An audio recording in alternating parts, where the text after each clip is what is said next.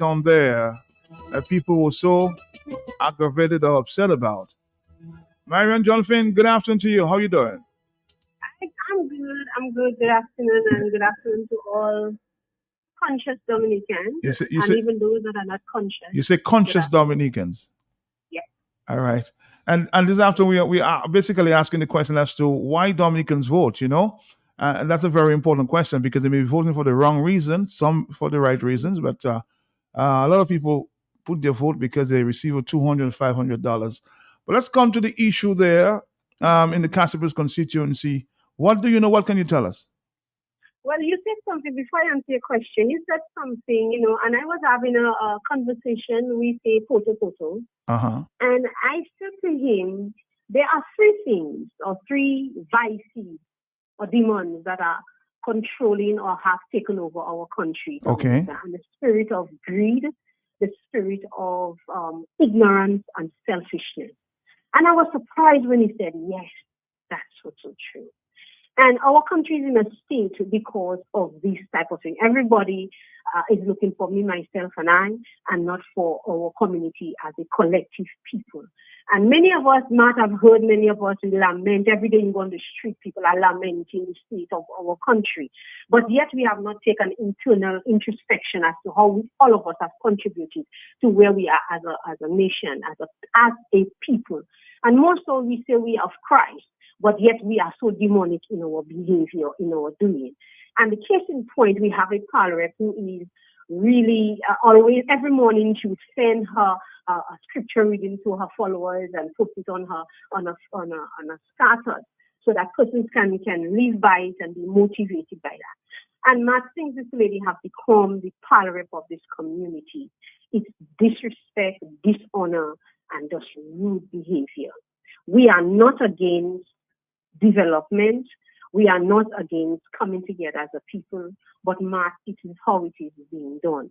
Things taking the leadership or forcing her way into the leadership in Casablanca, this lady has never had a community discussion to hear from the stakeholders. What are you doing? Here is my plan. What is my plan? What do you think about it? How can we best do it so that all of us can be beneficial of it? Now, about a week or so ago, Casablanca people got up and there was movement on the basketball court. Now, this is a place or a project that we have spoken about it and needs attention. We're talking about lights. We're talking about upgrading the basketball court. There was even a movement where some people have collected money overseas for the lighting, for the renovation of the court. Let me put it that way. So we got up one morning and there's a big excavator on the court, and doing its work, and everybody's wondering who, what, where, how, and why. And boom, there's a meeting was called last week Friday, and the meeting, the pilot was very rude, telling people don't videotape her, and making comments about a classroom, releasing her venom, how, it's like witchcraft talk. When you talk evil, it's witchcraft. It's because the words are powerful, telling the class it's good, it's well prepared, and I'm paraphrasing, but to quote that they will never get a scholarship or a bursary. When you as a grandmother, a mother, a so-called Christian, a leader, and you would say that, no, they will never get a scholarship. It shows the condition of your heart as a human being. You understand? And so there was some role in that meeting. Very rude and very disrespectful lady, I must say. And in the end, this morning now, so after that meeting, we saw that there was no movement. This morning, when we got up, there are how many notices? It's the same copy, the notice around the basketball court, and stating that please kindly be notified that this is private property. And when I look at the number, it is the bishop's office number. Now that the basketball court, as you know, Google area, most of the Catholic land, it had been totally Catholic land. And so that area was designated as a community, ball playing ground. That's where we play all our matches, growing up. So it is a necessary thing to bring back life into the community, and we want it, we need it. But when we are leaders, when we are a leader, we have to really sort counsel, show us your plan. You need to have a drawing as to what it is, and we will input and you input, as to what is happening. And so we were surprised that the bishop office have put a stop to that. So I don't know. It's an embarrassment to the government, and it's an embarrassment to the leadership of Castle Bruce and for the Castle Bruce people. So you said the church intervened there. The church intervened. Well, the number is the church number, my brother. The bishop office. What's the bishop office? Let me Google it. The bishop office is that the number that is written there. Bishop Bruce, yeah. So what is it that you guys as the community going to do at this point? Not Fabian. There was a time when Catholic people were people that was united, and like many of us in Dominica, we were a person that was vibrant. We knew what we want for ourselves, and we worked together for it as a people. But I think the work have really been done where a true kind of mentality have taken place in Dominica, and they are not looking at what is being said or done. They were looking at who is saying it. And I'm pretty sure that as I'm speaking, that my people from Castle Bruce or wherever they are, they will be saying, me, Ali Anko, Marian Kapali. Even in that meeting she had last Friday, she said, Ollie Johnson people like to videotape people. These are the kind of mentality. So our people is so divided, my brother, that they do not see the end of it and see how good it is for us, but they're looking at who is doing it. So basically, I don't know who or what is going to do something. And Castle Bruce people, I believe we need to take back Castle Bruce and rescue Castle Bruce and rescue Dominica. Because I really, truly believe somehow, if the East Coast rescue themselves, Dominica will be rescued. And Matt, it cannot be done physically. It is a spiritual thing, because it is not a physical thing. You cannot comprehend how Dominicans seeing wrong, knowing wrong, and yet you say truthful. Well, let me just insert something I've been playing since morning, and everybody seems to be reacting, and maybe Castle Bruce is in the same situation as well. This is what I heard there from social scientist Simeon Joseph. So let's get your reaction. Dominicans, if we have to vote for people, Dominicans know what they are suffering. They know that for 20 years they have had maladministration. They know that for 20 years they have had jokers and kindergarten delinquents in power. They know that they are suffering. They know that they cannot afford to pay their bills. They know that they haven't got proper health care. They know that they cannot buy groceries. They know that our education system, they know that our agriculture has gone down. They know we don't have exports. They know fishermen cannot sell fish. They know that their children are going to school and not getting jobs. They know and they see that people in power have become rich, more rich than they themselves. They know that they cannot afford to pay their mortgage. They know the situations, they know their livelihood when it comes to their social reality, their economic reality, their safety reality, and everything. Dominicans living in Dominica know that they don't need no candidate to see and hear no candidate name. Because you know what? When they get up in the morning, they don't know how they're going to live through the day and how they're going to sleep at night and if they will have a brighter tomorrow. That's why people vote. That's why people go to the polls. We don't vote because we like to see people's face, or they have dimples, or they're pretty, or the color of their skin is nice, or they wear makeup, or they wear nice jewelry, or they wear expensive clothes, or they can... No, that's not why people vote. We vote and we go to vote because we know when we go in the ballot box and we put an X, right, our lives must improve. That we are voting for ministers to form a government to run the country that is going to prove my life. That will give me better health care. That will give me better education. That will be accountable to the people. That will improve the feeder roads. That will help the farmers. That will help the people in agriculture. That will help the teachers to have a better living. That will help the nurses, policemen, and firemen to improve their daily lives. That's why we vote in an election. Not because we like somebody or we don't like somebody or we're not seeing them knocking on our door. We have the mind and the right to think. Dominicans are seeing the reality. They are crying. They are crying. They are bawling. They're holding their stomach and they're bawling. They're going on MO News and they have to beg through MO News for people to help them to pay their bills and to send their children to school. They are seeing it for themselves. They know that the credit union and National Bank are sending them letters every day because they cannot pay their mortgage. They know they cannot pay their light bill. They know that the light bill is going up. They can see the WASCO is not giving them proper services. They can see Domlec is strangling them. They can see those things. They can see now that the price of Quenchy and those kind of things have gone up.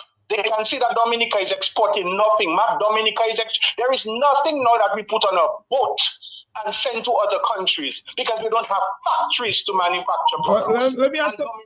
All right, so Ms. Jonathan, are you still on the telephone? Yes, I'm here. I'm listening. So tell me why the people of Casabrooks vote? A wrong envelope. A wrong envelope. You know, a wrong envelope, and the envelope is so meager, so mager. At the end of it, it have not done any transformation to their life, to their soul, to their being. You know, so Matt, it is more than physical; it's a spiritual thing, Matt. Our people have allowed ourselves to be bamboozled. We have sitting a lie. We have allowed people to lie to us, and we are so ashamed now that we steal. I have a friend, my brother. I don't want to go detail, you know, but I mean, it is beyond me that he put all his confidence in this regime. Yet at the end of the day, when you hear his story, it makes you wonder what brains do you operate with that you would allow somebody to put you back. I was speaking with a professional yesterday, and he right now is transitioning from where he is to a smaller place. Because why? He cannot afford his rent. He said, Mary, in days gone by, that rent was nothing for me to pay. Now I have to go to a smaller place. I say, why did you allow somebody to disrespect and dishonor you like that?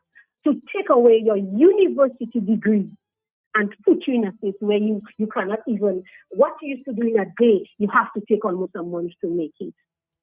You understand what I'm saying? I understand. And so what have happened to us as a people, we have become greedy. We have become selfish, self-serving. They know it's wrong according to Joseph. They know what they're doing is wrong. They know what they're getting is wrong. The stories are horrible, yet because it's my PM, it's my power rep. All right, going to take you out on that note, of course. We have Mr. Linton in the house. I know you'd want to further comment, but time is of the essence, and I know Mr. Linton himself might just want to comment quickly because he's been facing the battle, the uphill battle, trying to educate Dominica, and they know, but they refuse to listen to the truth, the whole truth and nothing but the truth. Mr. Lennox Linton, good afternoon to you, sir. Very interested. Good afternoon, Mr. Matt Peltier. Good afternoon to you, sir. How's everything with the bank? Oh, they mean the story that's what's going around is that you've come into some money and you're some $1 million, you're making some monies from investments and so on, and you want a hot mic, which is how people got to know because what went out was supposed to have gone out and so on. So you're good. You're good. I wish I had that $1 million. Where is that coming from? Who's behind it? I don't know. I don't know. A lot of businessmen actually calling me and trying to tell me if they should invest in this pyramid scheme. It appears they believe what they heard. A lot of people oh yes, a lot of people just saying, Matt, what do you have? Hold. They believe what they read. There are people who are calling you. Yeah, believing that you are involved in this. Yeah. It's not fake news, it's for real, and Matt is a millionaire. Yeah, they believe that. Okay. But you need to set me up, man. I'll set you up, of course. Yeah. I'll fix you up. All right. So what's going on now? Matt, I wanted to spend a little time this afternoon talking about the destruction of the Citizenship by Investment program for Dominica. Because that's all we have heard for the past 10 years or so, if not CBI what? Since 2015, 2016. If not CBI what? What? You heard it from the government, you heard it from the president of Dominica in a throne speech, if not CBI what? And all the time that we've been asking for accountability, all the time that we've been asking for the scheme to be properly run, for it to be above board, for there to be integrity in the management of the scheme, we were being scoffed at. People were saying, you don't want the program to succeed, etc., etc., etc. That's why you're asking all these questions. But no, the concern has always been for the integrity of the scheme, because this was not a Labour Party initiative. It started under Eugenia Charles of blessed memory in the Freedom Party, and it came through the United Workers' Party, and it has been with the Labour Party for the last 24 going on 25 years. And what we have seen is a situation where the program under the Citizenship by Investment scheme that brought money directly into the treasury of Dominica, called the Economic Diversification Fund, which is a innovation of the United Workers' Party. It is when the United Workers' Party came into government, money from the program started coming directly in, as opposed to just money collected for investments in real estate, select areas of the economy that were going into an escrow account to do the actual development, and people were getting their passports in appreciation for the investments that they made. United Workers' Party introduced the idea of bringing money directly into the treasury to run the affairs of the country for budget support. And that happened. So that fund is called the Economic Diversification Fund. And that is where you put your $100,000 US when you get approved for citizenship. Roosevelt Skerritt did something remarkable right before our eyes, in plain sight, broad daylight. He did something. First of all, he didn't talk to us about it. He did it, and then he came to report, but he wasn't secretive about it, having been put in a situation where he had to explain. And what he did was that he took this Economic Diversification Fund, from which monies could be collected, or monies were coming in, and could be used for the different programs that government wanted to do in housing, in healthcare, in education. The infrastructure program could be done using the Economic Diversification Fund and using the network of agents that were engaged with the program. What Skerritt did is that he gave one man and his company their own economic citizenship program and called it the housing option, but it's really for infrastructure. And you know what happened, Matt? And I want the people of Dominica to be clear in their understanding of this. That housing program is illegal, it is unlawful, it has no legal basis. Roosevelt Skerritt used his authority in the government and the authority of the cabinet to give Anthony Hayden of MMC, One man, an arrangement for his own CBI program, which we warned years ago would cannibalize the government program. So here you have the head of government.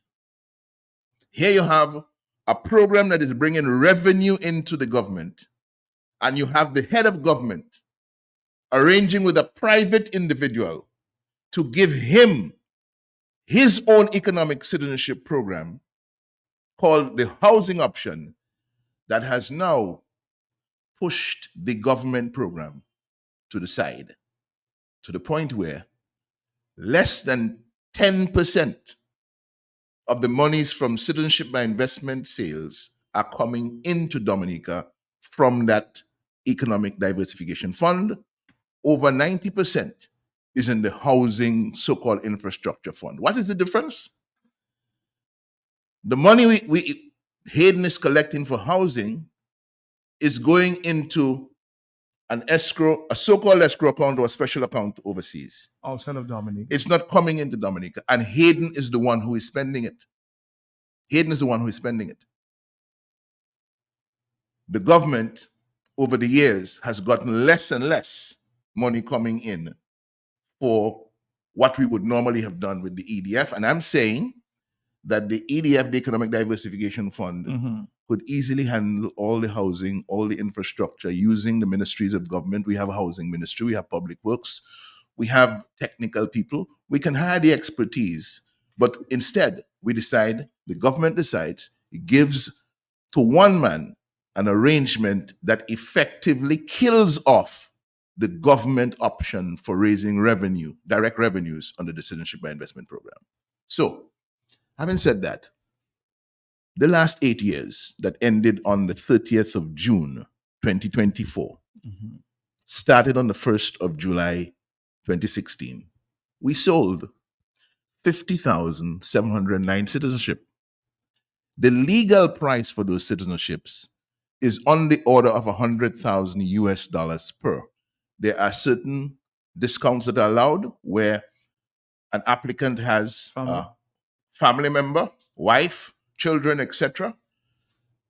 Overall, a discount comes into the picture. So the per head price for each of those family members would not be $100,000. We understand that. But those 50,709 citizenships should have yielded for Dominica $11.6 billion. $11.6 billion, $11,600 million over the 8-year period. We only received into the Treasury $3.4 billion, which leaves an amount of $8.2 billion outside there unaccounted for. Now, since this Anthony Hayden and MMC came into the market with their own special arrangement from Skerrit, they basically have been doing what they want. They have been selling at what price they want. In some cases, they're discounting. In some cases, I am told that where somebody perhaps did not pass due diligence, they're going to have to end up paying a higher price than the $100,000. So some get it for higher, some get it for lower. But the price at which we are supposed to be selling it is $100,000 across the board, US.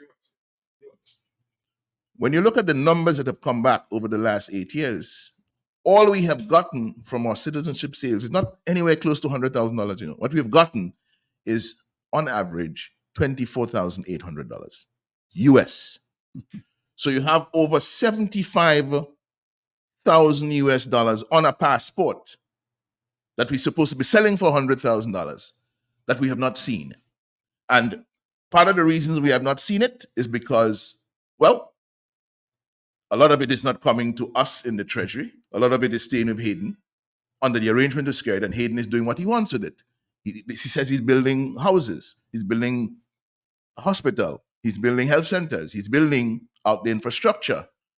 And what is supposed to belong to him is the difference between what he collects and what he spends on the housing. But we don't know what he's spending on the housing. Nobody is auditing anything, nobody's checking, nobody's verifying anything. He does what he wants, says what he wants, gives us what information he wants, and the government accepts it. Now, when you apply for citizenship, you then go through a process of due diligence. They ask you all sorts of questions and so on. They maybe want to know your source of funds, etc., etc. And you come through that. You get cleared. You pass due diligence. So now you get a letter of approval. And at that point, you will get your certificate of naturalization, and you pay at that point that you approved for the passport, for the citizenship. But you're paying for the citizenship directly into the Treasury of Dominica under the EDF, right? Under the housing option of Hayden, you're not paying that money into the Treasury. You're paying that money to Hayden, right? So over the years now, the money that has been coming into Dominica through correspondent bank, whichever, and coming to National Bank has been that EDF money. But the EDF money has dwindled significantly, while that going through Hayden's option has risen. And Hayden has been able to do that with the authorization of the government to do what he wants in the market. He can discount prices, he can sell for more. Other agents have to sell at the legal price. And those agents who have not been able to sell at the legal price, who don't have their own gig like Hayden, and who have to sell the Economic Diversification Fund product, basically just backed away, because nobody is going to take a passport from you for $100,000 where they can get it for 80 or 75. They can get it for less. Yep. So Hayden cornered the market to the point where agents went away about their business, and some agents ended up selling for him at the discounted price so they could get a little cut on it. That market has effectively been killed off. Hayden is the kingpin in our market, but he is the one that is having difficulty sending money to Dominica to pay for the infrastructure projects that he was handed on a platter. No bids, nothing. Sweetheart deal, right down So the you're line. saying he has difficulties right now? So when the Prime Minister spoke to you in the press conference, he said, basically, that is a problem that's to be solved. The banking requirements are reasonable.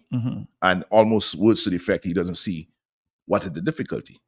The difficulty is MMC, your main agent and your main developer of infrastructure projects in Dominica, funded by the Citizenship by Investment Program, is having problems moving the money into Dominica because, for some reason, he is unable to comply with the money transfer requirements of the international banking system.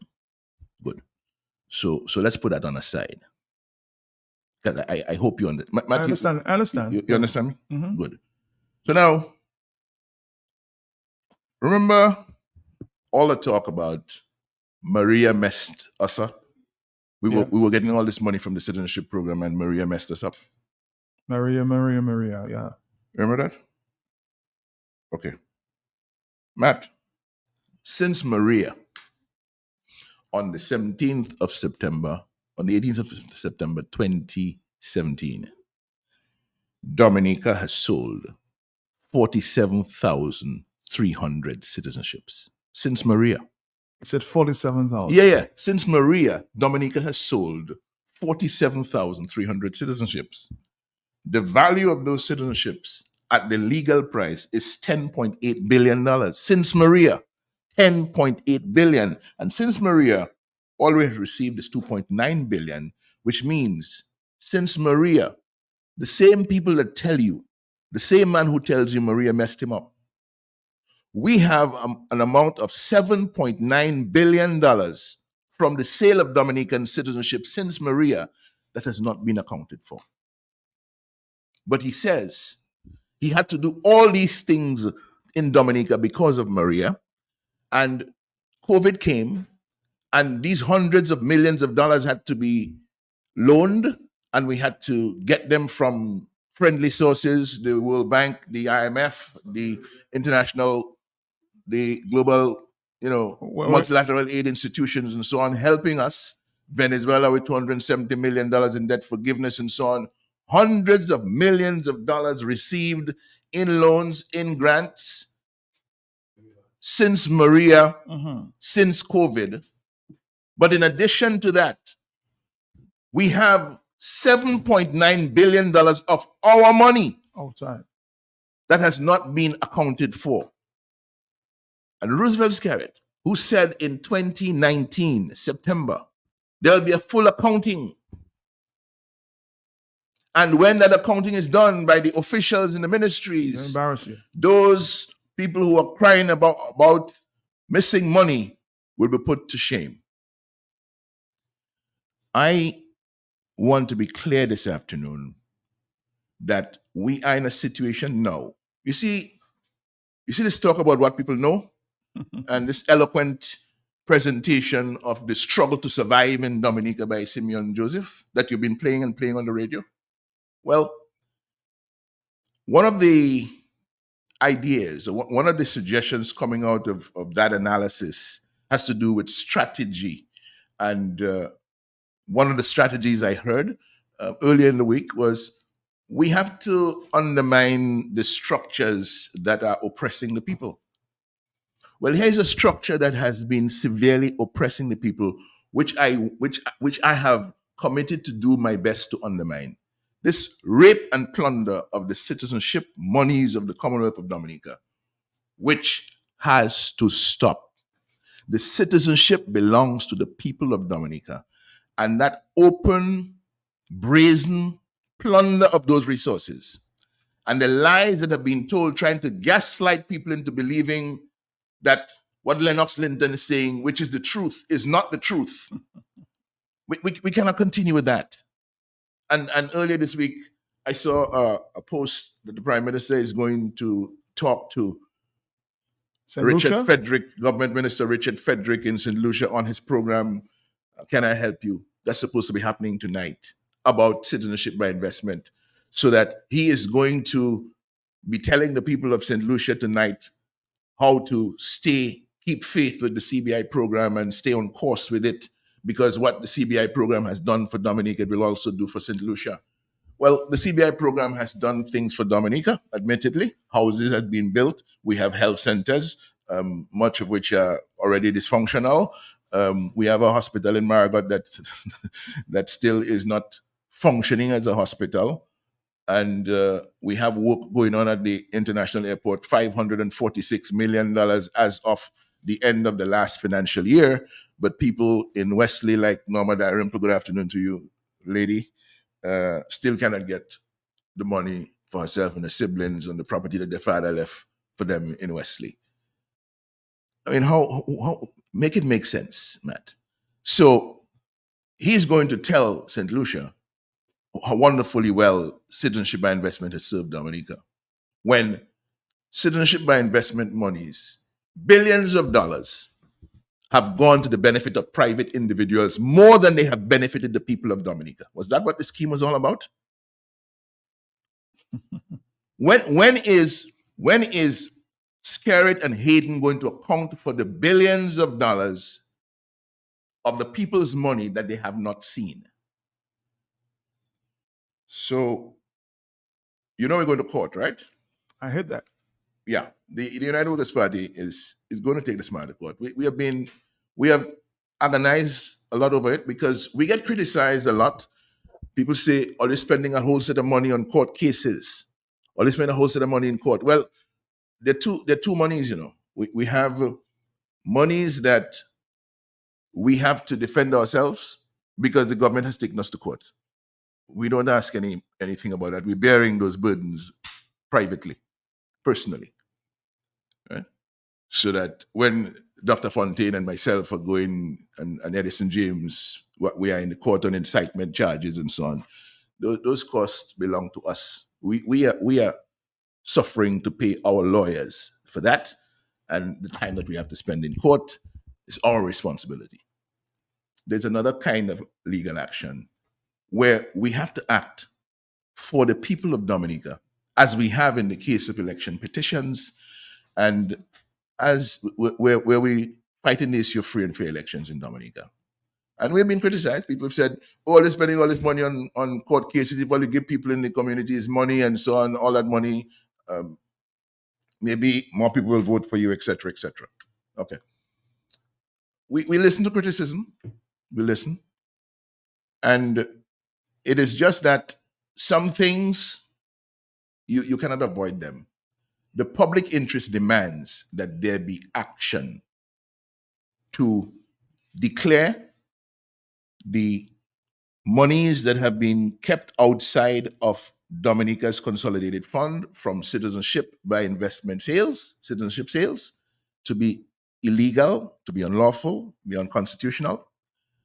And the MMCE housing option to be declared unlawful as well, has no legal basis, and to declare that the funds that have been unlawfully held outside of Dominica's consolidated fund be returned to the Treasury of Dominica, and those responsible for this be brought to justice in some way, in some shape or form that the court will decide. That's the system we have. So this weekend, a team of lawyers are coming in from Trinidad. Trinidad is where a lot of legal work for Dominica. It's been done from lawyers in Trinidad. The government does it. We ourselves were in a situation where we had to go outside for the assistance because everybody in Dominica told us, well, we need senior counsel. We can't get a senior counsel in Dominica because who are the senior counsel in Dominica? Alec Lawrence and Tony Estefan. That's it. Yeah. Alec Lawrence and Tony Estefan. We have no more. So we have to go look for senior counsels. And of course, even though they have senior counsels on the side, the government, when it has to persecute me and Dr. Fontaine and Edison James and Brian Linton and others in the court, they pay senior counsels from the same Trinidad, and right now they're up to over $10 million that they're paying Israel Khan and company to persecute us in the court. We are taking this matter, as I said, to court. So we're bringing in some attorney Alan Ram-Logan and a team, and they'll be here in the course of this weekend, coming next week for the senior to be called to the bar and then to file the matter. And I want Dominicans to understand how important this is. If we don't act, nothing will happen. The monies that have been taken from the people of Dominica, misappropriated, diverted, will stay wherever it has been diverted to, and that is that. Who will be the losers? Not those who have taken the money and done what they want with it. It is the people who will suffer. And you've been playing how much the people are suffering for the entire day. And you can add to that now how much the people would not be suffering if these monies were available to them to do the work of the people, to pay the debts of the people, to build out the economic infrastructure of the people, to ensure that the engines of growth of the economy, be it in agriculture, in manufacturing, in tourism, in services, in the cultural industries, were alive, were well, were doing wonderful things in terms of employing people in sustainable jobs that pay them well, and ensuring that we earn our rightful place in the international trade of goods and services in the Commonwealth of Dominica. We have had enough money from the sale of our citizenships in the last 8 to 10 years to do all of that for Dominica. Here's a question there somebody wants to ask. Who is at fault, Hayden or the government? Because, take note, Hayden didn't give himself a contract. No, I'm not.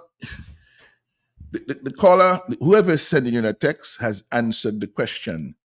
Roosevelt Skerrit is the Prime Minister of Dominica. Okay? Anthony Hayden could not have, or anybody else could not have gotten a contract to sell our citizenship in the way he has sold them and in the way he has cornered the market to kill off the government's own program. So Roosevelt Skerrit gave Hayden a deal to kill the Economic Diversification Fund of the Economic Citizenship Program in Dominica, for Hayden to have the lion's share of the citizenship money under his control, deciding what he wants to do with it. And in the process, killing off the Dominica program in the source markets. So the question has been answered. I think the caller answered the question. Roosevelt Skerrit is responsible. It's not, there's no or there. Roosevelt Skerrit is responsible. They say what? Leadership is everything. And he must come to the party. He must come to the table now and account for what he has done. But instead of doing that, he's saying some things here and there. Yes, we have a little problem, but no. What did he tell you, Matt, when you asked him the question about MMC selling below the legal price? He told you he will cancel the passports of those who bought at the legal price. He didn't. And about, how many of them were canceled? 49? 68 in June. 68 back in May, June of But this he year. did not make that announcement. No. They never made the announcement. The announcement came from, I think it was IMI Daily. That's where we saw it. That's where we read it the first time. But the government never made a statement about it. The government never issued a release. I thought on the Miriam matter. Blanchard may have made a statement there. Miriam Blanchard. She signed. She signed it. Okay. She signed the revocation. She signed the revocation of the citizenship, but I'm not aware that the government announced that that had been done. All right. But remember what he told you. He told you that they will punish those who bought. They will do nothing about those who sold. And those who sold are the ones who should be first and foremost responsible. But he has no way to touch Hayden. He cannot touch Hayden, except now I've seen in recent times some things that were in the bucket list of Hayden to be done are going elsewhere. Like the marina in Portsmouth, that was a Hayden project. It was Hayden who was supposed to do that. But now with all the problems of getting money in and the grammar school construction is slowing to a crawl, other projects across the country affected and so on, all of a sudden, here comes Mohammed Azaria of Range to do the marina in Portsmouth. You remember who Mohammed Azaria is? I remember. They built the Kempinski project. Himself and Kamal Shahada made off with $60 million US for themselves before the hotel. And he's back. And he's back. He's back. They made 100. They made 160 something million dollars EC for themselves before the hotel started receiving guests. That Kempinski we had down there, and then he just quietly goes away, and then he quietly reemerges. He quietly reemerges. We can do better than allowing all of these private foreign individuals to be making money from the citizenship by investment program, much more than anybody reasonably deserves for the work that they're doing, while our people in Dominica, for whose benefit this program exists, are suffering, can't pay bills.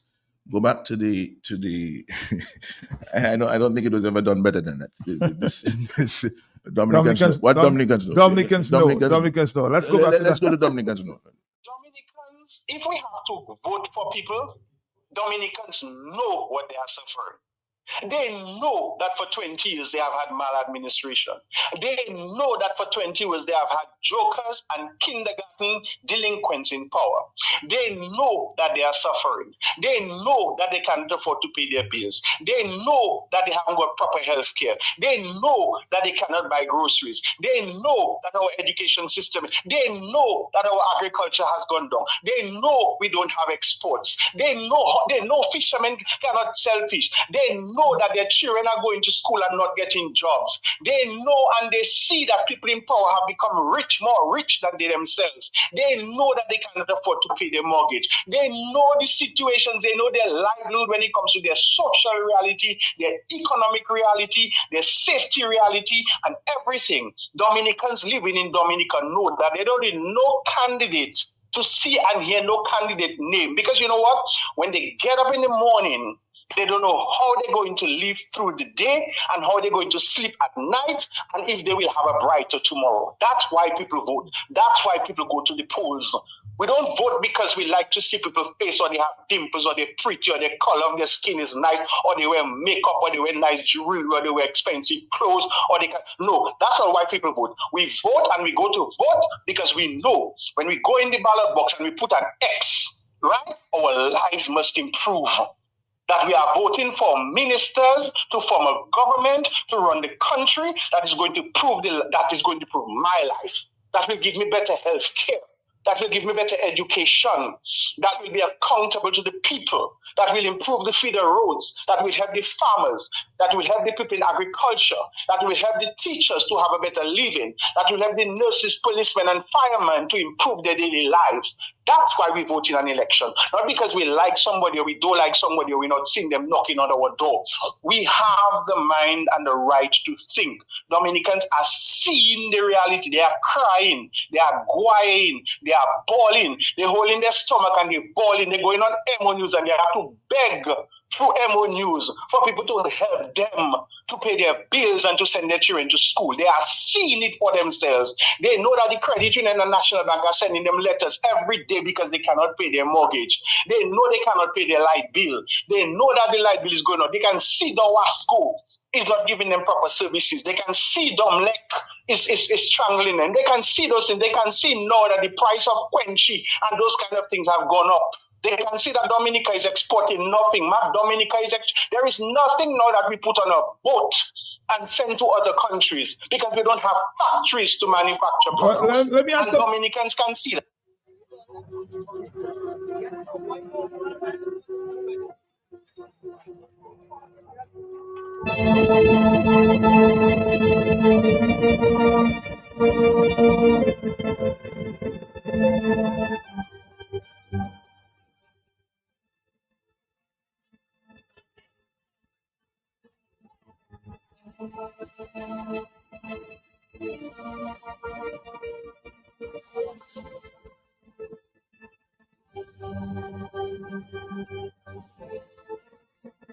If you have any questions or comments, feel free to call at this time.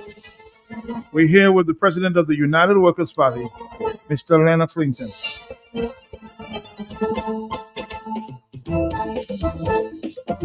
And yes, go ahead. I wanted also this afternoon to address the members of the cabinet of ministers. The finance minister, Dr. McIntyre. The foreign minister, Vince Henderson. The minister responsible for education. The attorney general. The minister of housing. The minister of public works. The minister of health. The minister of Kalinago affairs. The minister of trade and those responsible for the various portfolios of the government. Are you happy with where Dominica is today? Are you happy with what Roosevelt Skerrit has done with the Citizenship by Investment program? And did you understand clearly what was happening while it was going on? What are you going to do about it? You see, a lot of us are focused on us, political parties in opposition, people outside there, civic-minded individuals are talking and so on. But the country is also the country of the ministers of government, as of Roosevelt. And when Roosevelt Skerrit goes off like that to do what he has done with Anthony Hayden, is there anybody in his cabinet who is concerned? So you see why we have to go to court, Matt?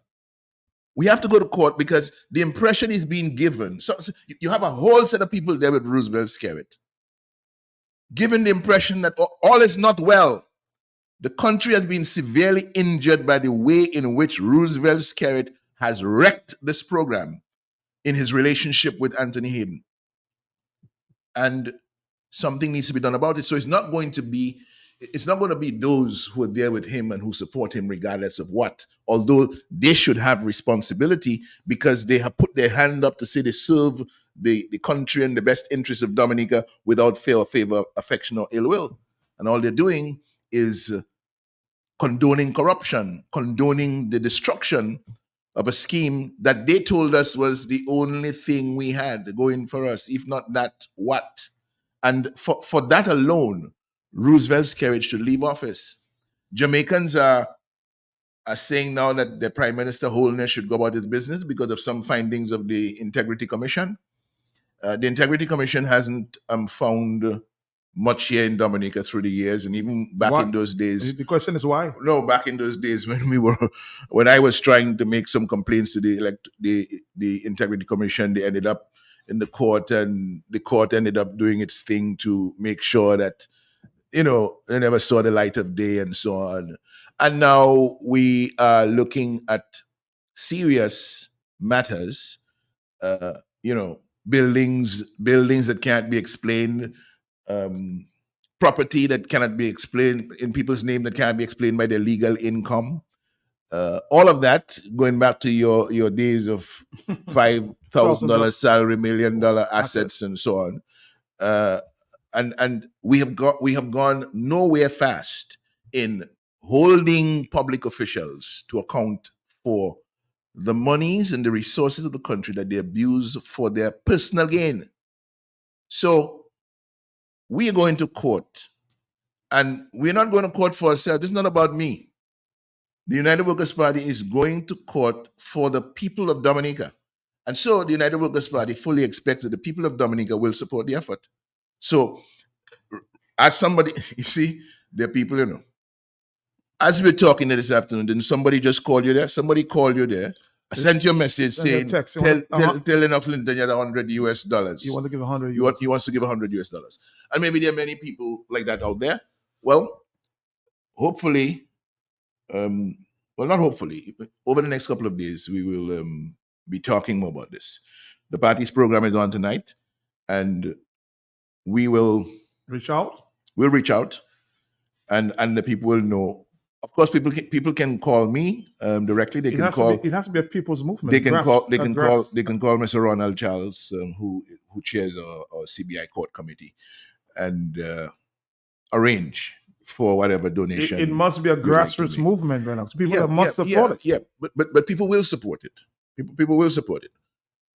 We just wanted to be sure and clear that we are going ahead with this. It has already cost us over $40,000, and we're bringing in the attorneys this week. It was going to cost some more money, and we have to raise about at least $100,000 for this, because we expect it will go all the way to the Caribbean Court of Justice, one way or the other. Whoever loses at first instance will appeal. Whoever loses at appeal will go to the CCJ. That's where it will be decided. That's how we think this case will go. And so we fully expect that the people of Dominica will support us. And those of you who are listening this afternoon who want to know how you can make a contribution to this, you can call me directly, or you can get in touch with Ronald Giles, our deputy political leader. He's on the ground, and we'll be talking more about that later this evening on the party's program. Mr. Lennox Linton, why? But let me say this. Let me say this.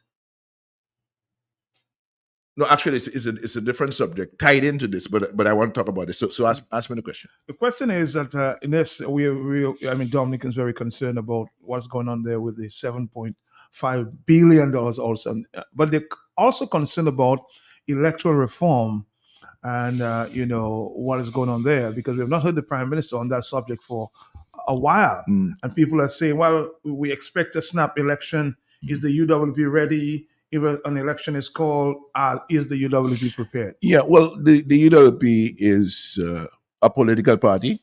Political parties contest elections because they want to be involved in the governance of the country and the direction of the country and in the proper management of the country for the benefit of all the people. That's at least that's where the political party that I am is in terms of philosophy. So you're never ever fully ready. You're always getting ready. Yeah. The better prepared you are, the better you'll do. But what are we preparing for, really?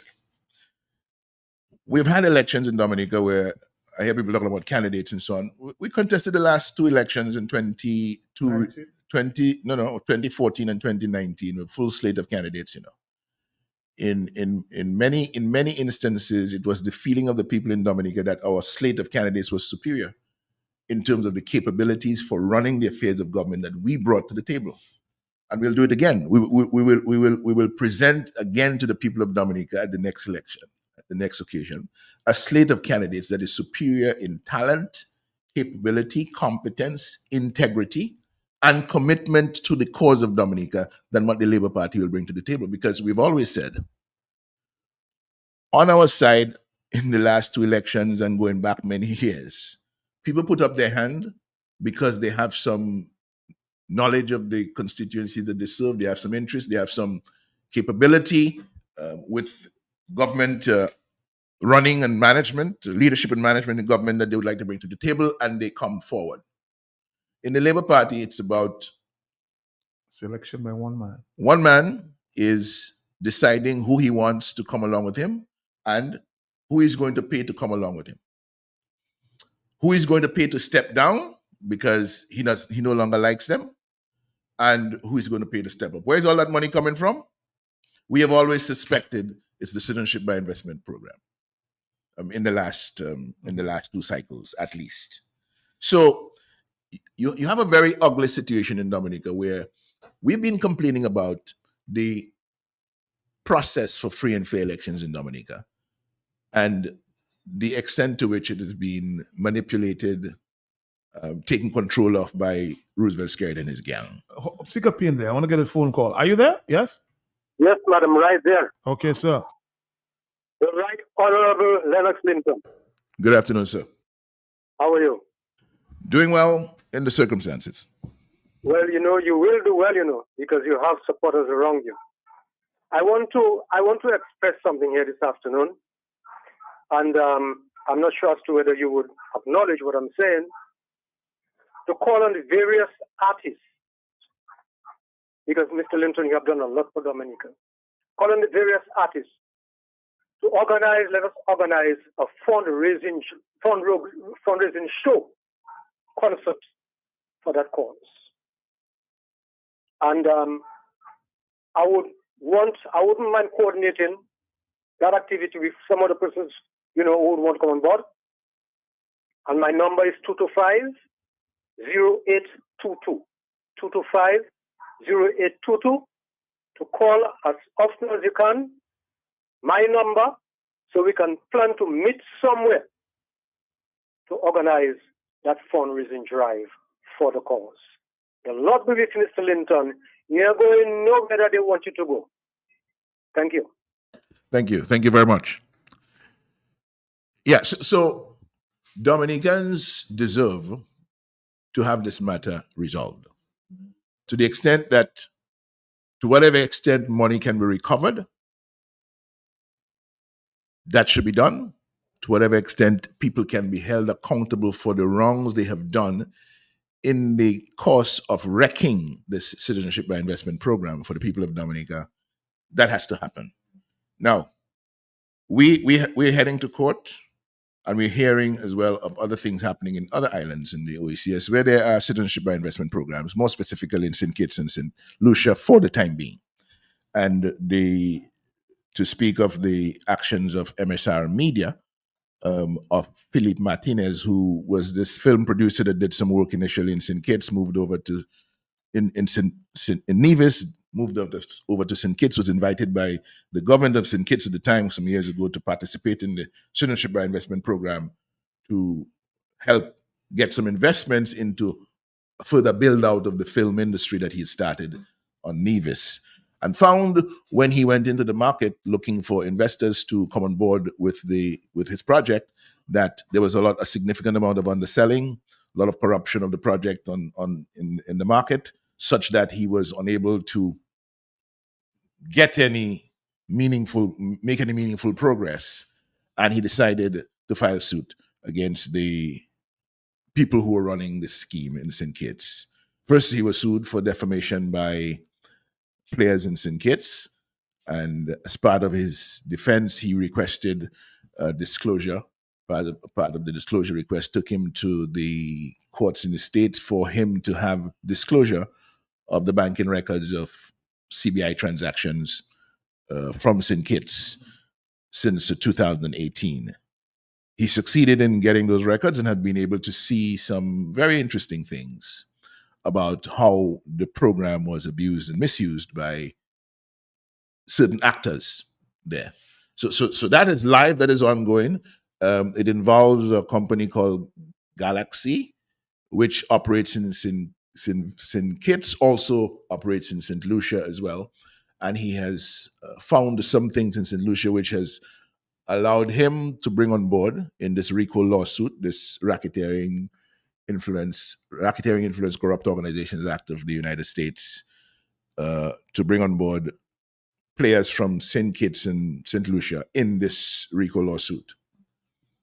But there's another part of that where Mr. Martinez has suggested he is willing to help the people of the region recover their monies that have been misappropriated or diverted from citizenship by investment programs through a class action lawsuit that will essentially target the banks on the other side of the world that received the monies and did not do so in a manner that ensured that the correct amounts of money were coming into these countries. We are examining that from the standpoint of seeing whether it makes sense for us in Dominica to get on board with that. Of course, Ms. Martinez spoke recently on the program of Loftus Dura Civic Vibes on the weekend and indicated that that was going to be the case. I know a lot of Dominicans are excited about that. And what it will be is that with the class action lawsuit, those who put their names down, so if it's 500 people, right, that is who these are the people who are going to be considered for whatever money is recovered in the process. So that money will be shared. Let's say it's 1,000 people, you get 1,000, you get $1 million. It's a million divided by 1,000. Those individual people will get that money, right? It's an important initiative because something has to happen. People have to be held accountable, and in this class action lawsuit, the idea is that banks have a responsibility in what happened to us because they were holding the money, they were transferring the money, and the legal people will work that out. But of course, our government officials, Mrs. Scarrett, his associates, Mr. Hayden, who was his chief architect and who he licensed to have all the part, they must be held accountable as well. And so we have we have a specific action to take, separate and apart from what might be happening class action lawsuit wise with the other countries. We have an action to take in Dominica to hold Roosevelt Square and company account for what they have done with this. Any timelines being considered this time? No, well, too early. I couldn't tell you that. I mean, the matter will be filed next week. And then after filing, we have the court process that goes. We'll try our best to see if we can expedite it, but let's see. Let's listen. Mark, good afternoon. I'm trying to get to Lennox, but it seems hard getting through to you, so I had to do this first. I always wanted to address Lennox on this issue of when Roosevelt carried formed that new arrangement and what it really means. A lot of times out there, we express it as some like this guy, whoever he is, from the Middle East, like is the architect of that aspect of that program. And we give this guy this thing like he can play Roosevelt's carrot or he can this Roosevelt's carrot orchestrated that arrangement. He orchestrated that arrangement so that he could have manipulated funds outside of government to affect governance. We do not we take this thing like this is some no. Roosevelt Skerrit is the architect of that arrangement. The parliament was utilized to create certain laws, whatever. Roosevelt Skerrit is the architect of that agreement. That agreement is what has enabled Roosevelt Skerrit to buy elections over and over in Dominica and to maintain red market and whatever it is and those things. That is why the system is under challenge right now. He's always filled in with these funds that we have no documentation on. It's a beautiful arrangement for Roosevelt Skerrit. We're paying for a house that's already paid for by that same monies, and Roosevelt Skerrit is recollecting into that same agency. I know Q is afraid, and I understand certain things you cannot say, but we have to start challenging the Prime Minister a little more directly for him to, because the situation at hand is clear. It's clear. This Roosevelt Skerrit orchestrated and organized this for a whole bunch of procedures to execute this thing exactly how he wants it. This guy is working for Roosevelt Skerrit. The problem that came into the problem is Lennox, and when Lennox declared that thing, CBI was supposed to stay under the radar in Dominica, and it was not supposed to become a focused conversation, It is when Roosevelt Skerrit got caught with his pants down that he went and all this housing thing and all this arbitrary thing. That's why these housing things didn't even have plans. You can check these homes and the way they're built, They have no aesthetic connection to Dominica, none whatsoever. You don't plan a project like that and for it to be that distant from origin, you know? And so that is the whole thing. You see, so it's being found out that created this thing where Roosevelt Skerritt now starts spending because he wants to show the billions in Dominica. And that's why we're on this madness. You understand? But we need to understand Roosevelt Skerritt is the reason. He's not some after player that's being exploited and nothing. Roosevelt Skerritt is the architect of that organization, and that organization is the architect.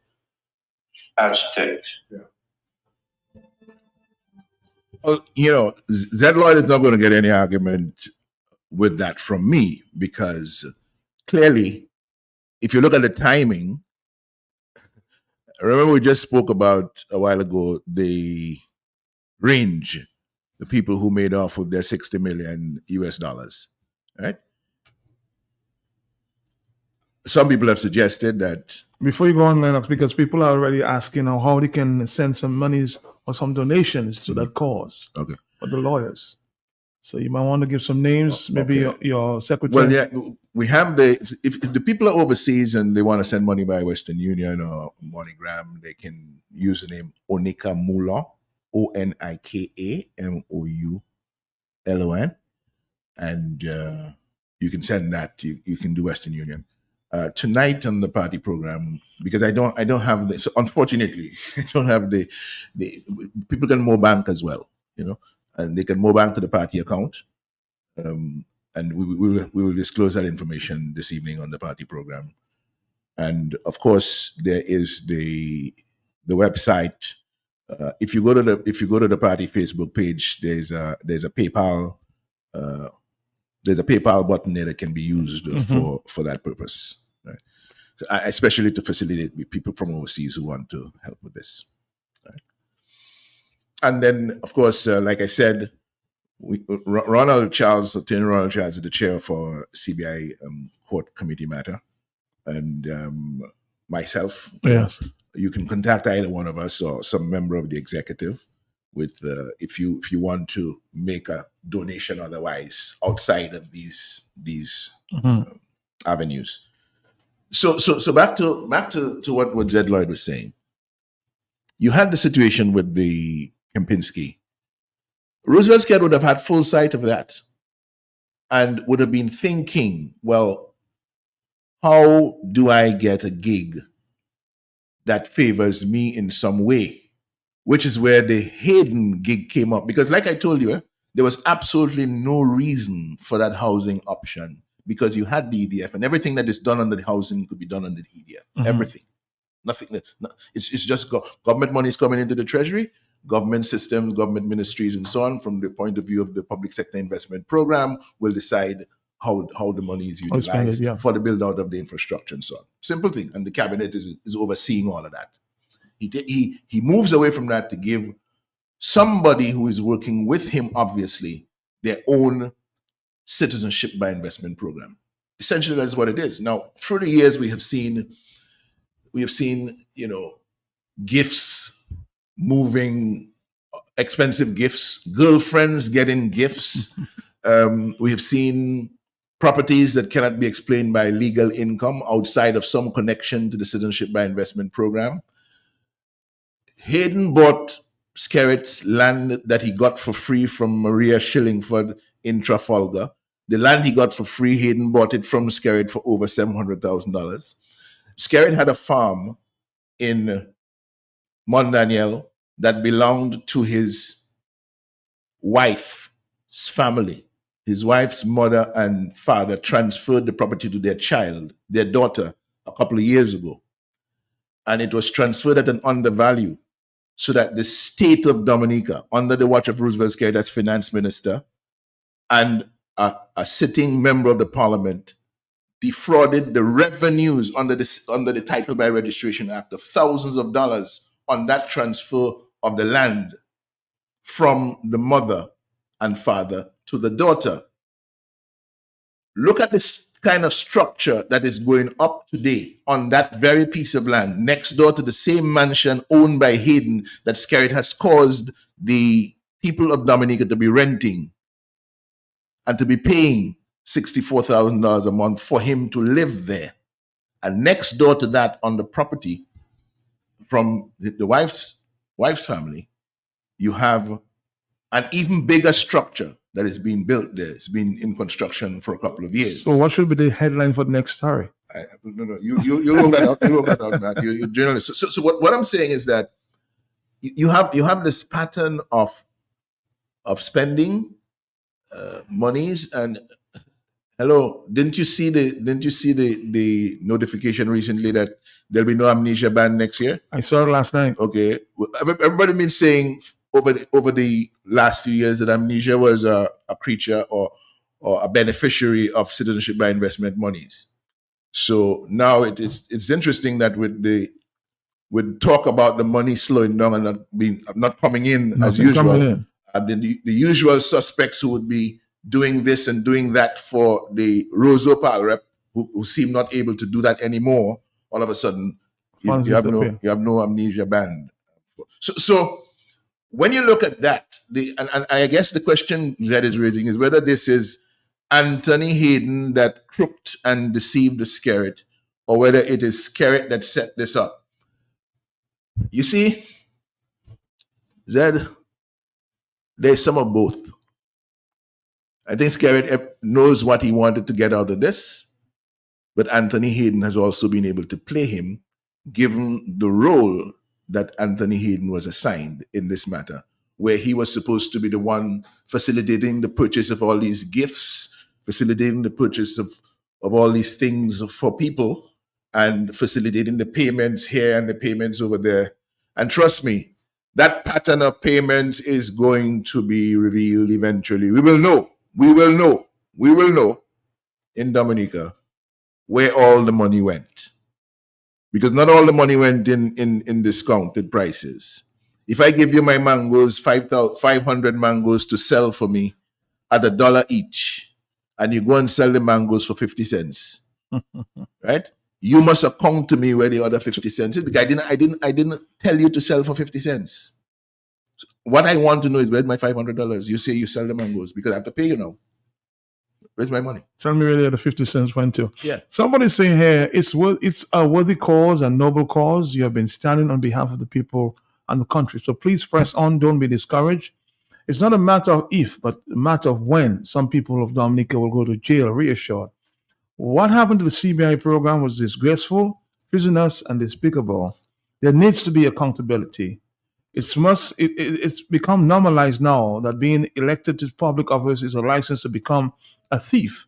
But be rest assured, sir, that they will come and they will be held accountable and eventually go to jail. Trust me, their day of reckoning is not too far. You believe that, Lennox?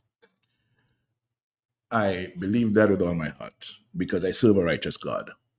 And I do not believe that this matter, the God we serve, is going to allow this matter to just waft into the pages of our history as though nothing happened. There's a serious wrong has been done to the people of Dominica, and it will be corrected.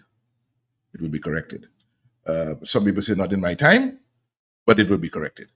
And it has to be corrected. And all of those who are in a position now to do something about it, but are doing nothing, I urge them to think carefully about the next few days, the next few weeks, and what they can do to get on board with the best interests of Dominica and be on the right side of the history of Dominica, especially the members of the cabinet. Hello? Somebody's on the telephone. Are you there, caller? Hello? Nobody there. Let's take a break. We'll come right back. This is Q905. This is the Talk on the Block. Stick around. Star Trading Limited does it again. Shop at Star Trading Limited in September for a chance to win. Every week in September, a lucky customer will win a $250 food voucher. That's right, a $250 food voucher. Just spend $50 or more and place your receipt in the box provided, and you will have a chance to win. Plus, Shop on double points days. Esau Trading Limited loyalty card holders will earn double points on selected dates every month until the end of year. So shop and earn more points. For terms and conditions and further details, visit our store in Roseville. Esau Trading Limited. We're here for you.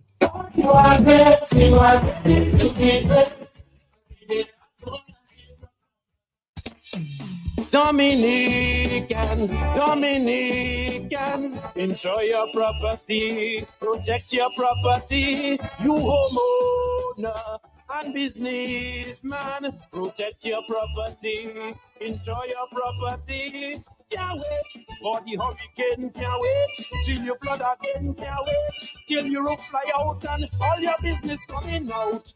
Remember, no insurance company will insure your property when a storm is approaching. Get ahead of the hurricane season and insure with a company who gives you the assurance of payment for your valid claim. Come speak with us today at the New India Assurance Company Limited, upstairs AC Shillingford and Company Limited, 24 King George Street, Roseau. Bring along an up-to-date valuation from a qualified engineer and get insured today.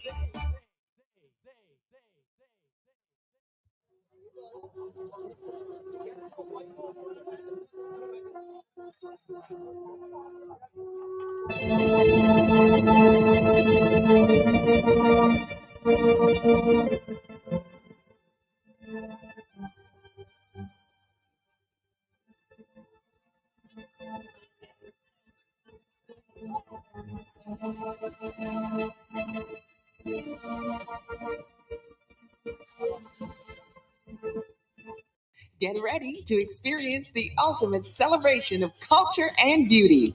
On Sunday, September 29th, Madame Wabduyet Canada presents the annual Madame Wabduyet pageant at St. Peter and Paul Banquet Hall, 231 Milner Avenue in Scarborough, Ontario. It's going to be an afternoon of elegance, celebration, heritage, and vibrant traditions.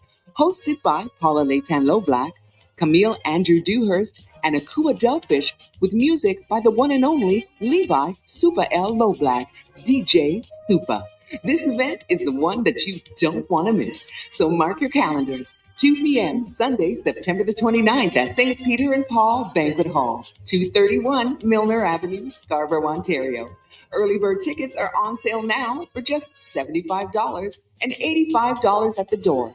Children under 12, only $35, and your ticket includes dinner. For more info, contact Lorraine Del Sol at 905-683-6806. Glenora at 647-262-9944, and Vanessa at 780-691-5795.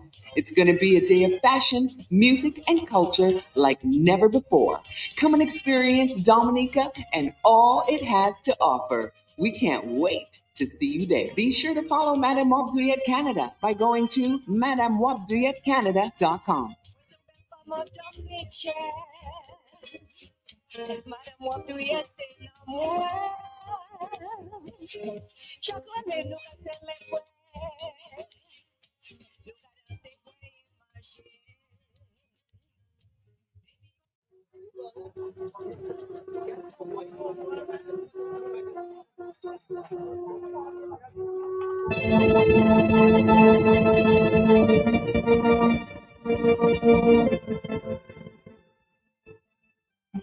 Hello on the radio. Hello. Good afternoon. Hello. Nobody there. Let's try another call. Are you the caller? Yes, Matt, I am. Okay. Good afternoon to you, to Mr. Linton. Good afternoon, sir. Matt, Mr. Linton, there's a lot of extravagance going on in regard to Roosevelt Carry. A lot of extravagance. And I've witnessed it. I've seen a very modern looking helicopter come to the airport. I've seen a brand new pickup truck, a police vehicle like I've never seen before, like it just came out of the showroom. All dark windows, and a very nervous police officer trying to get whoever is on that pickup truck to that fancy helicopter. Unfortunately for him, the Eagle lands and he has to wait. The security is holding him back and he's very nervous. He's fidgety. I'm saying to myself, why is this guy so nervous? Why doesn't he just relax and wait a few minutes, till the eagle clears and then he can take his passengers to the helicopter? Then he goes to the helicopter and he delivers his passengers and the helicopter flies away. And with all these apps, you can track any kind of aircraft. We track this aircraft and it goes directly to Puerto Rico, to a playground, a recreational park. It lands right in this fancy, expensive recreational park. It doesn't go to an airport.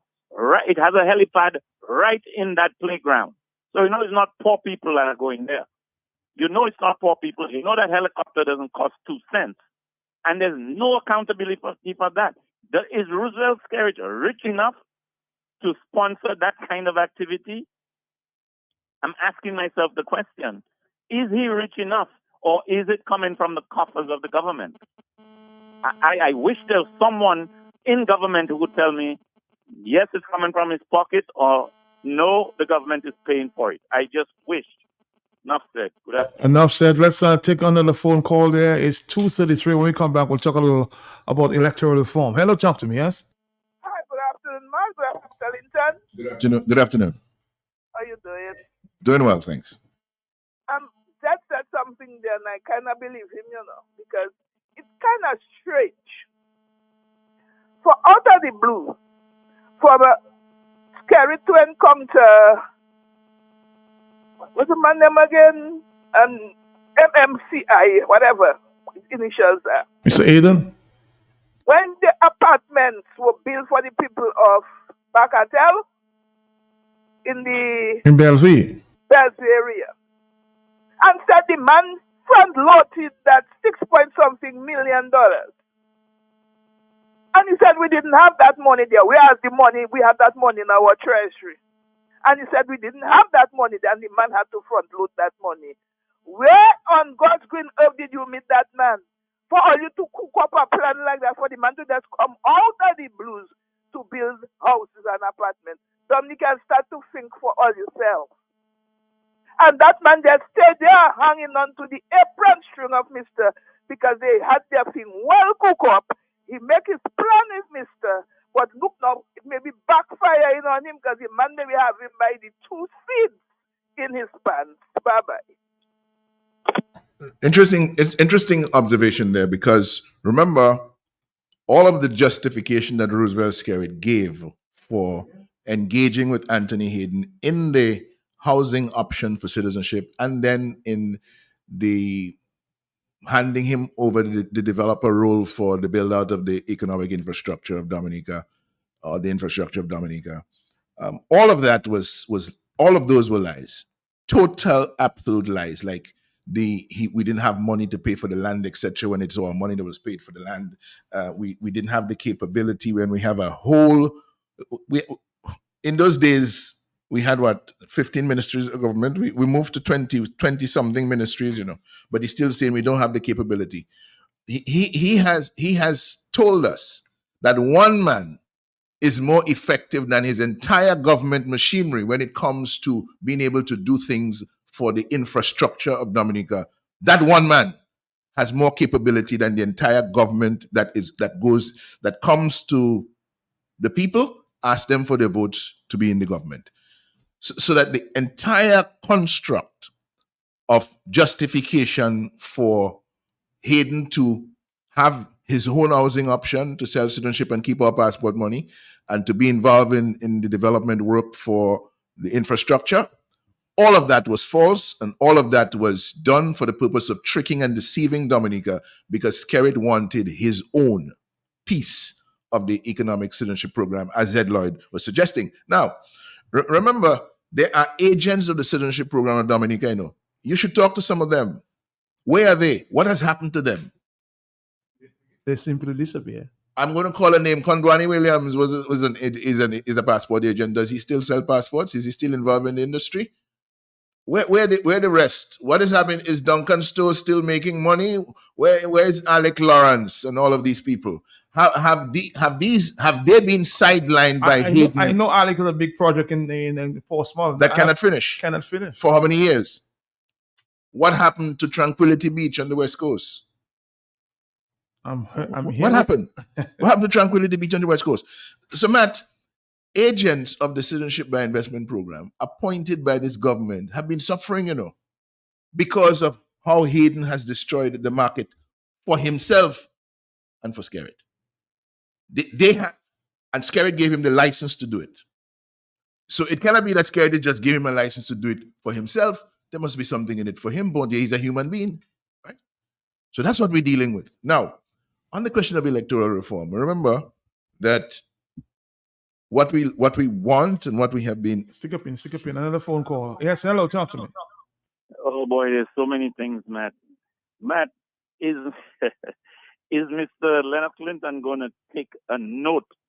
I know it might be off his topic, of the head of the Electoral Commission and not mention him. The fact that this head, is not speaking at all, and Mr. Skerrit had the guts to stand in Bellevue and tell those same people that Leo Vini, Dio, Sotiasu mashed Skerrit. Yeah, get off Skerrit's step. Avanovoye glow show us before we throw hot water on you. He had the guts and the people clapped. And it is the same UWP, the same Lennox Clinton who was advising them to get title. Up to today, can any one of them say they get title? Can any one of them say they got title from Skerrit? And when that was said, Skerrit came back and told them, yes, you will get title. Up to this day, people, how many times must Mr. Roosevelt Skerrit fool you? Wake up. Thank you. All right, John, let's go to electoral reform. Yeah.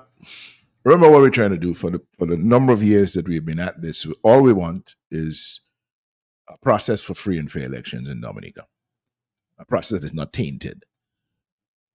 And the CCJ told us we have a tainted electoral process and that we should not go into another election without removing these taints on the process. It is through reform that we are supposed to be removing the taints. The Prime Minister knows that because back in 2008, when the then Electoral Commission, the Independent Electoral Commission, that iteration of it, decided that they were going to issue ID cards for voting and they were going to clean the voters list. Anthony Astafan described it as madness that was going on at the commission, and he cautioned the Prime Minister against letting that happen because it would interfere with his re-election legacy. And what have we seen since 2008 until now? All sorts of fancy actions behind the scenes by this government to prevent the electoral commission from doing the work that it said it was going to do in the public interest, i.e., clean up the voters list and issue ID cards. Two basic reforms. So what are we getting now? Subsequent to 2022, when we were told by the CCJ, yes, forget about Lennox Clinton, other political operatives and so on in Dominica, in political parties or civic society institutions that have been calling for reform. The independent court, our apex court, told us, you have attained the electoral process. Don't go back into another election without dealing with that. So that was 2022. All right? They went and they had another election in 2022, December. After they had promised that the one in 2019 would have reforms, and they engaged with the OAS and the Commonwealth and the CARICOM to send in a joint mission to make recommendations. They made the recommendations on the reforms that could be done before the election. The Prime Minister set them aside because he didn't want to do it. He wanted to make sure that he could win the election. What has he been doing?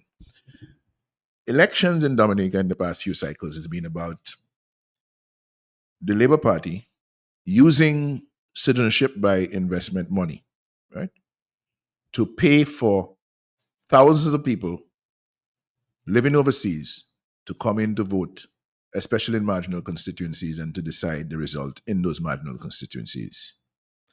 It is corruption, it is bribery, it is unlawful, therefore, and should not be happening, but it continues to happen. And you would think that that is one of the taints on the electoral process that have to be removed and reformed. Nothing is happening where that is concerned. Nothing has happened where that is concerned. There is the question of the big money influence, because you see it, Matt. You see the huge amounts of money that being spent at election time by this Dominica Labour Party government to do all sorts of things, right? And we know that the financing of election campaigns has to be regulated. There were proposals made in the Byron report. The government has completely set those aside. It doesn't intend to bring those to the parliament.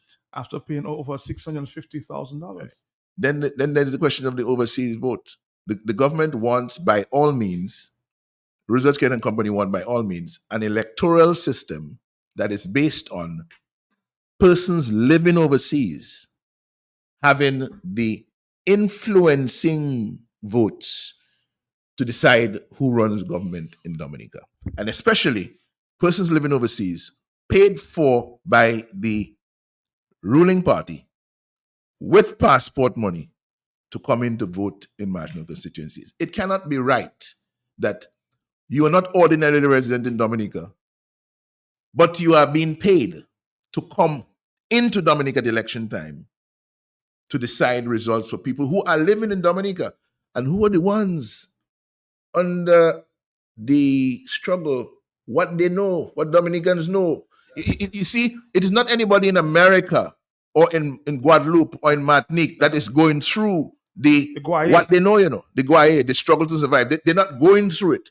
It is therefore not them that should be determining who should run the affairs of government for the next 5 years. The people of Dominica who are under that Guaye, where all these things they know, right?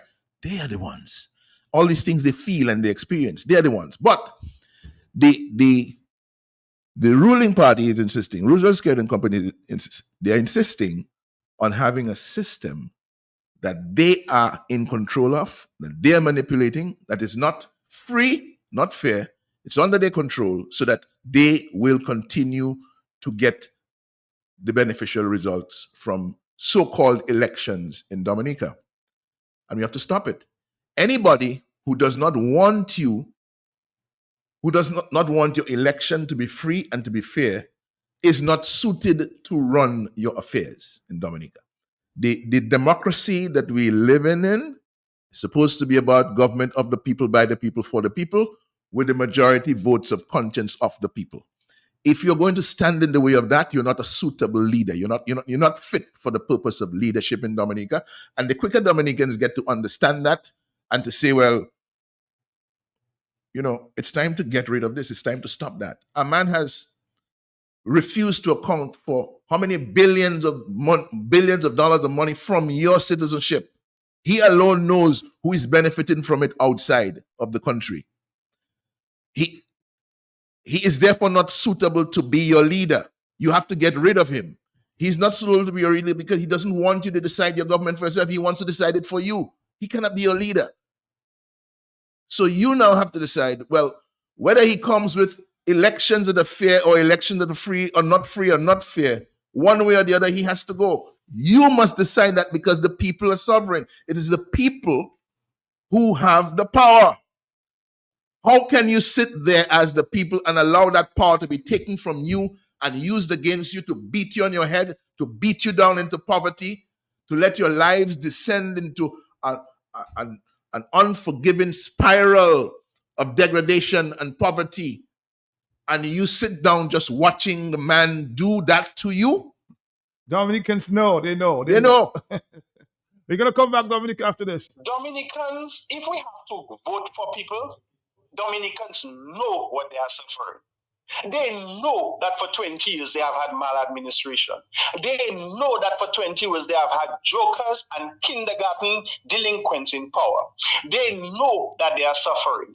They know that they cannot afford to pay their bills. They know that they haven't got proper health care. They know that they cannot buy groceries. They know that our education system, they know that our agriculture has gone down. They know we don't have exports. They know fishermen cannot sell fish. They know that their children are going to school and not getting jobs. They know and they see that people in power have become rich, more rich than they themselves. They know that they cannot afford to pay their mortgage. They know the situations, they know their livelihood when it comes to their social reality, their economic reality, their safety reality, and everything. Dominicans living in Dominica know that they don't need no candidate to see and hear no candidate name. Because you know what? When they get up in the morning, they don't know how they're going to live through the day and how they're going to sleep at night and if they will have a brighter tomorrow. That's why people vote. That's why people go to the polls.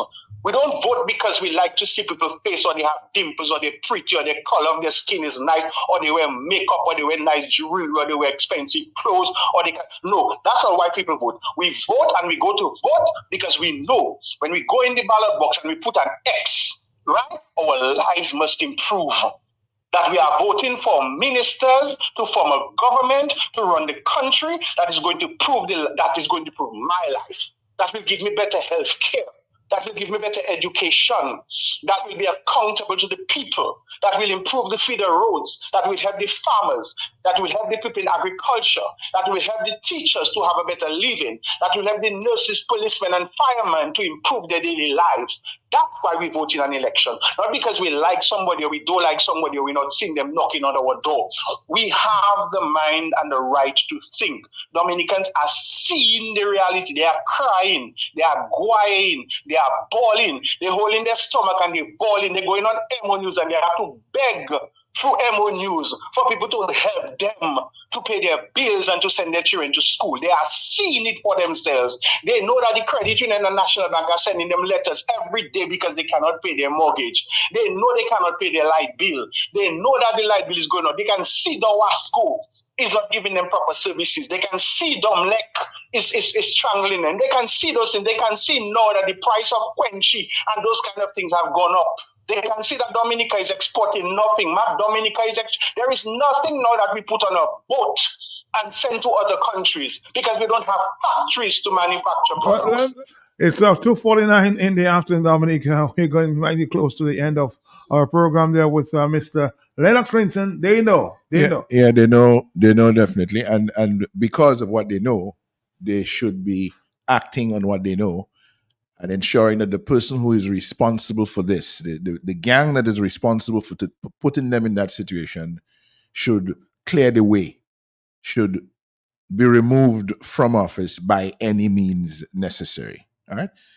And you see, right now in Dominica, you have a government that cannot arrange to pick up the garbage or to dispose the garbage of the country, notwithstanding the millions of dollars that they pick up every year in the environmental levy and the existence of a environment ministry and so on and so on. They cannot pick up and arrange for the pickup and disposal of garbage in the country. You have a situation in the country where, think about that.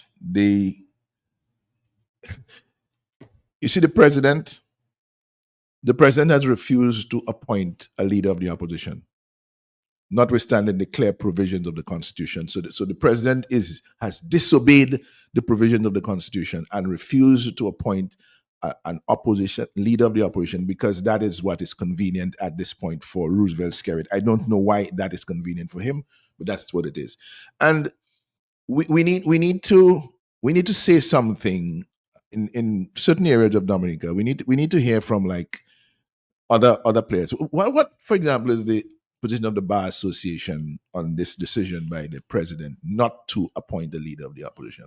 Notwithstanding the clear provisions of the Constitution. What is the position of the Bar Association?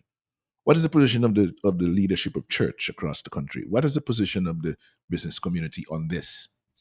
What is it? What has happened to DAIC, Mr. Lennox, as a job? I don't know.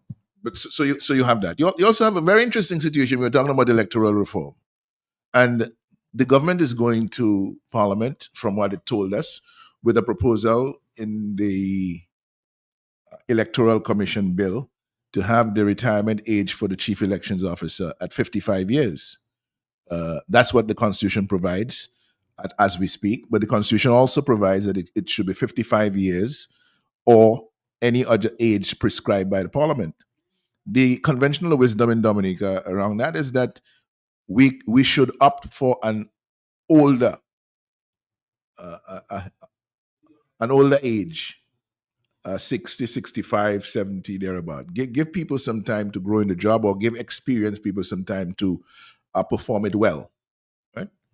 And you have a situation now where I understand later this month, sometime this month, the current chief elections officer, who has been through this entire period of consultation and attempts for reform and so on, and who is very knowledgeable about the situation and will play and is likely to play a very effective role in the reforms and implementation of the reforms that will be decided on as per Parliament's decision. He is going to turn 55 this month. And there's there are proposals on the table from Dennis Byron, for example, that the age for retiring from that position should be 65, right? Others have proposed 60, but the government is doing nothing about it because the government's proposal is for 55. And this is one of those situations where in the public interest of Dominica, at this time especially, the age should be moved up beyond 55 to 60, or at least to 65, at least 60, so that in this particular situation that the country finds itself, someone who has distinguished himself in the role as being serious and has been effective, and who I understand has the support of the commission for the quality of work that he's been doing, needs to be able to continue to serve because this is not a public interest matter, and the Constitution does provide for the Parliament to have an age that is other than 55. It said 55 or any other age decided by the Parliament. So this week the Parliament should be meeting to deal with that situation and to prevent us to be in a situation where the existing chief elections officer, who is doing, from all accounts, a good job, stays on to continue to serve the people and to take us through this period of reform, this period of reform that we're heading into after the government decides what it's taking to Parliament, what the people, or after the people decide what's going to Parliament. So at least another 5 years. At least another 5 years. But to end that engagement now, quietly there, just, he gets to 55 one of these days later this month, and then the following day he's no longer in the position by way of the law and the Constitution. If the government is really interested in the people and what is good for the people at this time, the public interest of good, for free and fair elections and of effective transition into the implementation of the reforms and so on that even they're bringing before the Parliament, this is the right man for the job. He has proven himself, as far as we know, and something should be done about it. We almost out of time. Today is what, the 19th? The 19th, yes. The feast of Today, the 19th. National Shrine. Yeah, sure. we don't have much days remaining in the month again, so that's a matter just we looked into. And I have to mention this thing of Hayden, and the information that Hayden gives to the government. You see, Matt, nobody knows in Dominica how this money that Hayden collects overseas is spent, realistically, because there is no check and balance on him. Nobody goes to examine his construction site to say, well, this amount of work has been done. Like when the bank has to release money for your building project on the loan, somebody comes in to say, well, okay, all right, we've seen some engineer comes in and does an assessment and say, all right, good, so this was done, that was done, so and so.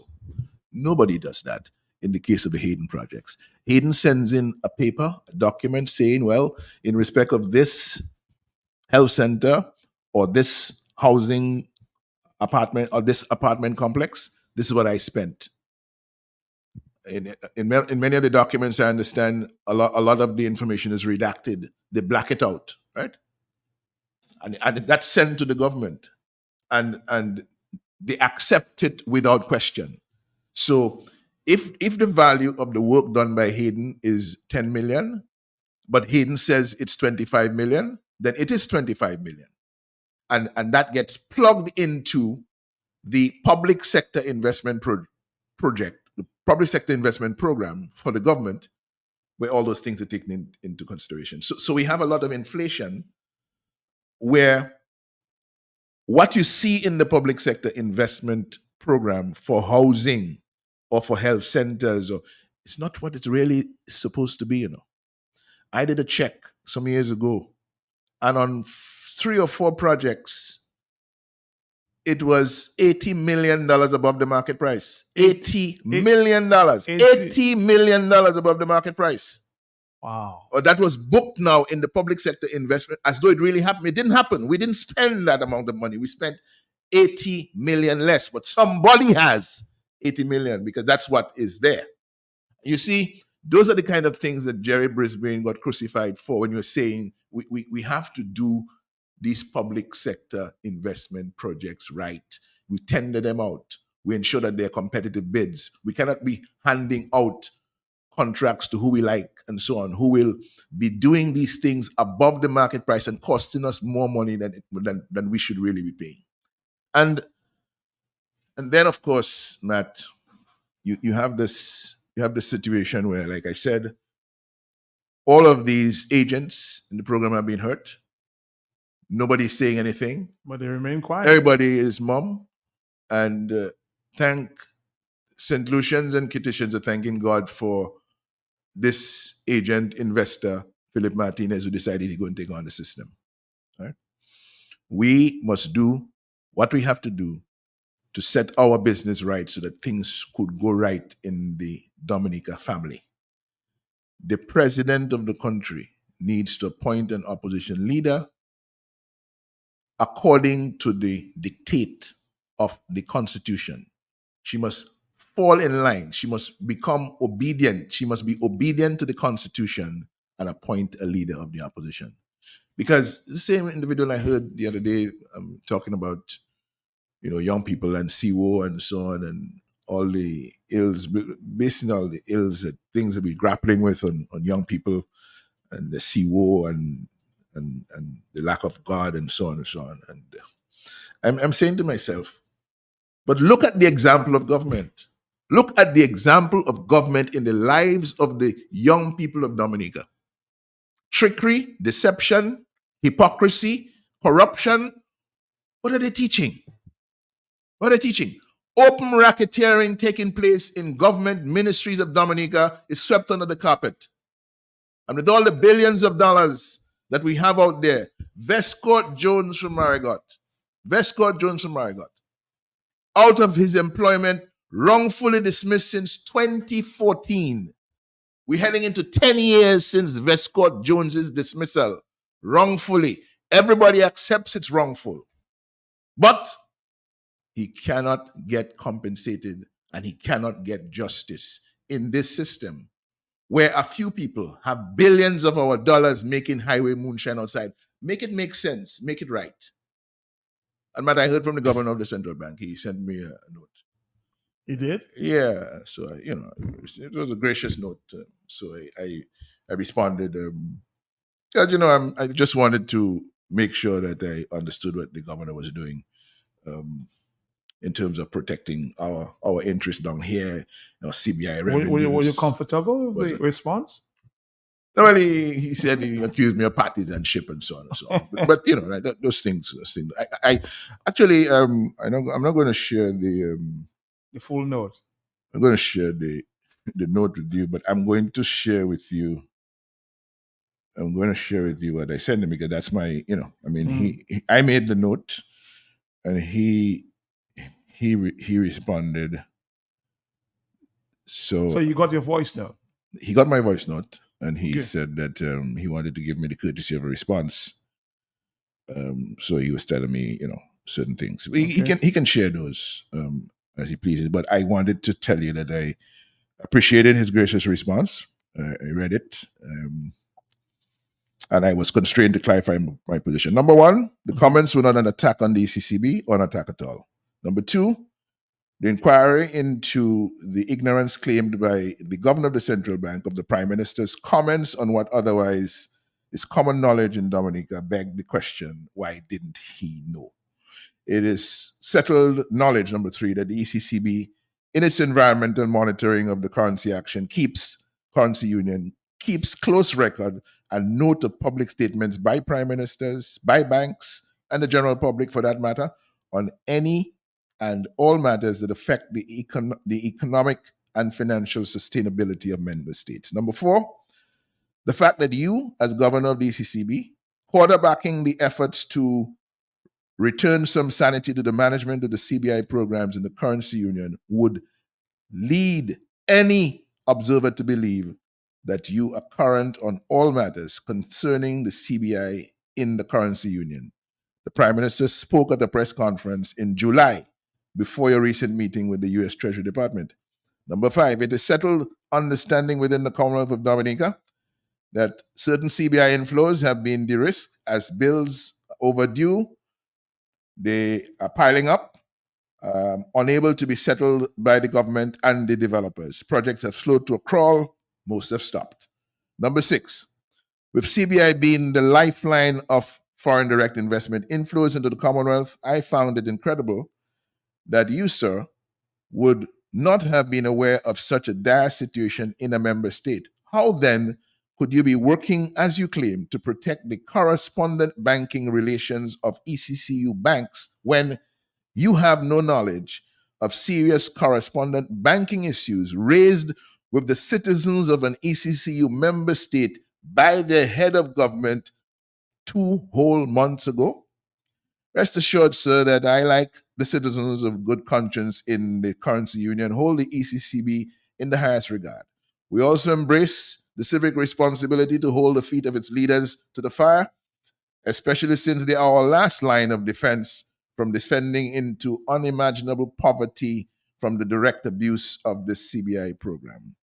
The billions stolen or misappropriated or unaccounted for through the corrupt administration of CBI programs in the ECCU must be recovered from the clutches of criminal enterprise and used for the economic advancement of the people of the ECCU. We don't have time for the rest, man.